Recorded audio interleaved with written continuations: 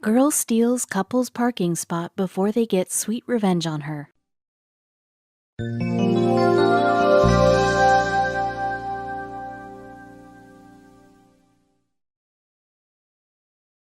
Whether it's Trunchbull getting attacked by a newt in Matilda, or Inigo Montoya's "You killed my father, prepare to die" spiel in The Princess Bride, there's just something so satisfying about a rotten individual getting their comeuppance.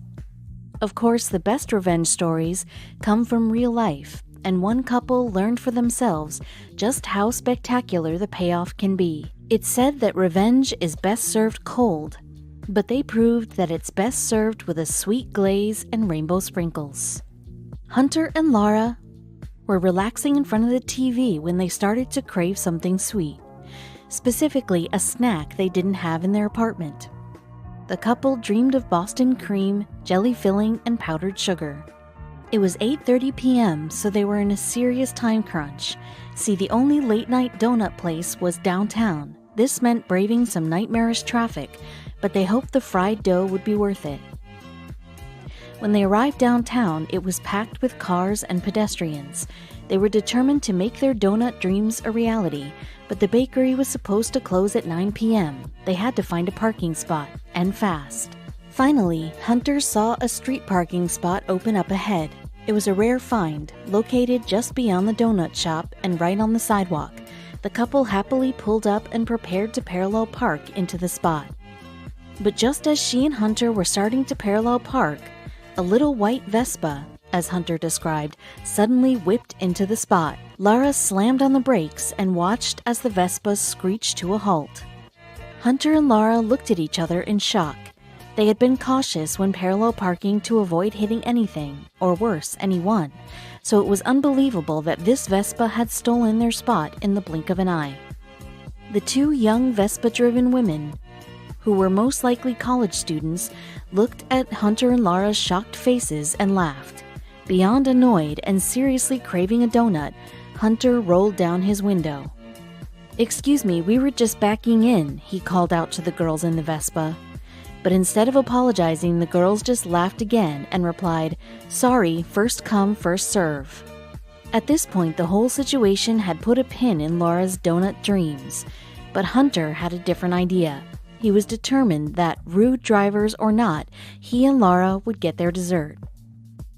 So he told Lara to drop him off in front of the donut shop and to pick him up in 5 minutes. He went into the shop, still seething from the encounter with the Vespa girls. Worse, his worries about the donut shop that time of night came true. It was packed, and the normally filled shelves of donuts were emptying quickly. All he could do was wait, which is when he heard a familiar voice. It was coming from one of the Vespa girls who stood right behind him in line. The two girls were so busy talking about donuts that they didn't even notice him. Hearing their voices again was irritating enough for Hunter. Until he overheard them say, "Thank God we got a parking spot," before laughing hysterically. Hunter concentrated on deciding which donut to order from the 2 dozen left in the shop, which is when he was struck with sweet inspiration. He told the employee that he would like 2 dozen donuts, the exact amount left in the shop. Now Hunter realized with glee the Vespa girls were paying attention and they weren't happy. "What, you're not even going to save a few for us?" the Vespa driver asked the employee. At this, Hunter turned around and replied with the comment he'd been waiting to say the entire time. "Sorry," he said. "First come, first served." The looks on the girls' faces were, as Hunter said, truly an expression I will never forget. Hunter left the bakery with 2 dozen donuts and an extra spring in his step. Hunter waited in front of the bakery for Lara to pick him up, but she was nowhere in sight, so he called her and was surprised to hear the amusement in her voice when she said she was in their parking spot. Their parking spot? Sure enough, when Hunter went over to the Vespa, there was Lara parked right next to it, blocking it in. She laughed when Hunter told her about the donuts and started to reveal her own plan for revenge. But before she could finish, they heard an angry honk.